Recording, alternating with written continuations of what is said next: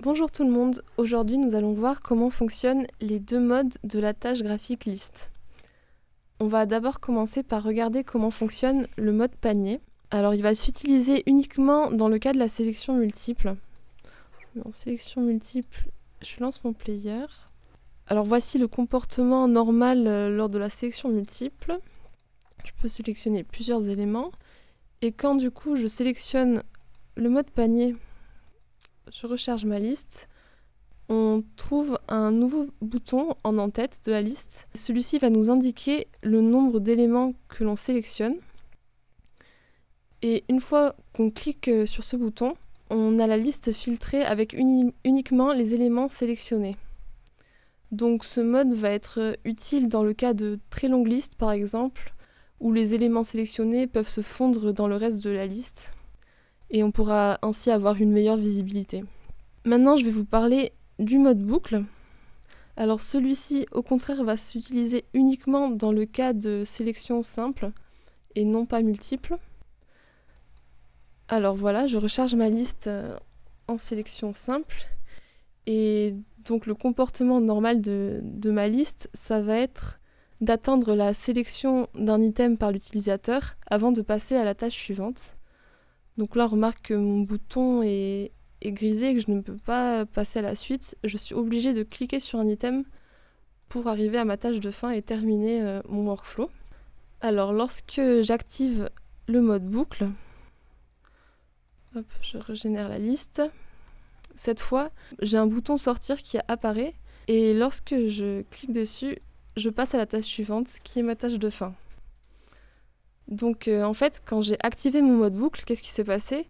J'ai un nouveau output qui a été généré et il s'agit du flux de sortie.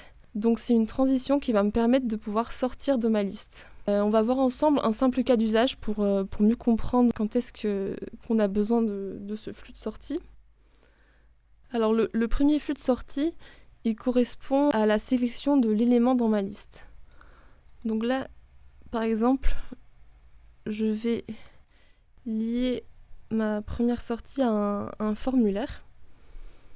Voilà, je donne un input de mon formulaire, l'objet qui vient d'être sélectionné. Maintenant, si je reboucle ce formulaire en entrée de ma liste, voilà, je recharge ma liste. Et donc, qu'est-ce qui se passe ? Je sélectionne un objet, j'ai mon formulaire pour pouvoir l'éditer. Et quand je vais sur la suite, je retourne sur la liste. Et donc comme ça, grâce à mon mode boucle, en fait, je vais pouvoir éditer une infinité d'objets, tant que je reste dans cette boucle. Et du coup, pour sortir de ce mode et passer à la suite de mon workflow, je vais pouvoir... J'ai mon flux de sortie sortir, qui d'ailleurs, je ne l'ai pas relié à la tâche fin. Je vais le relier. Je vais recharger ma liste, voilà. Donc là, quand je clique sur un item, j'ai un formulaire. Hop, je clique sur un autre formulaire, suite. Et là, ensuite, je peux sortir de ma boucle. C'est pour ça d'ailleurs que cette fonctionnalité se nomme le mode boucle, donc qui me permet de boucler sur la tâche liste et de ne pas être coincé grâce au flux de sortie qui va me permettre de sortir de la boucle. Donc voilà, c'est tout pour la présentation des deux modes de la liste. Maintenant, vous connaissez toutes les facettes de la tâche graphique liste. Et je vous invite à parcourir la chaîne pour découvrir le fonctionnement d'autres tâches.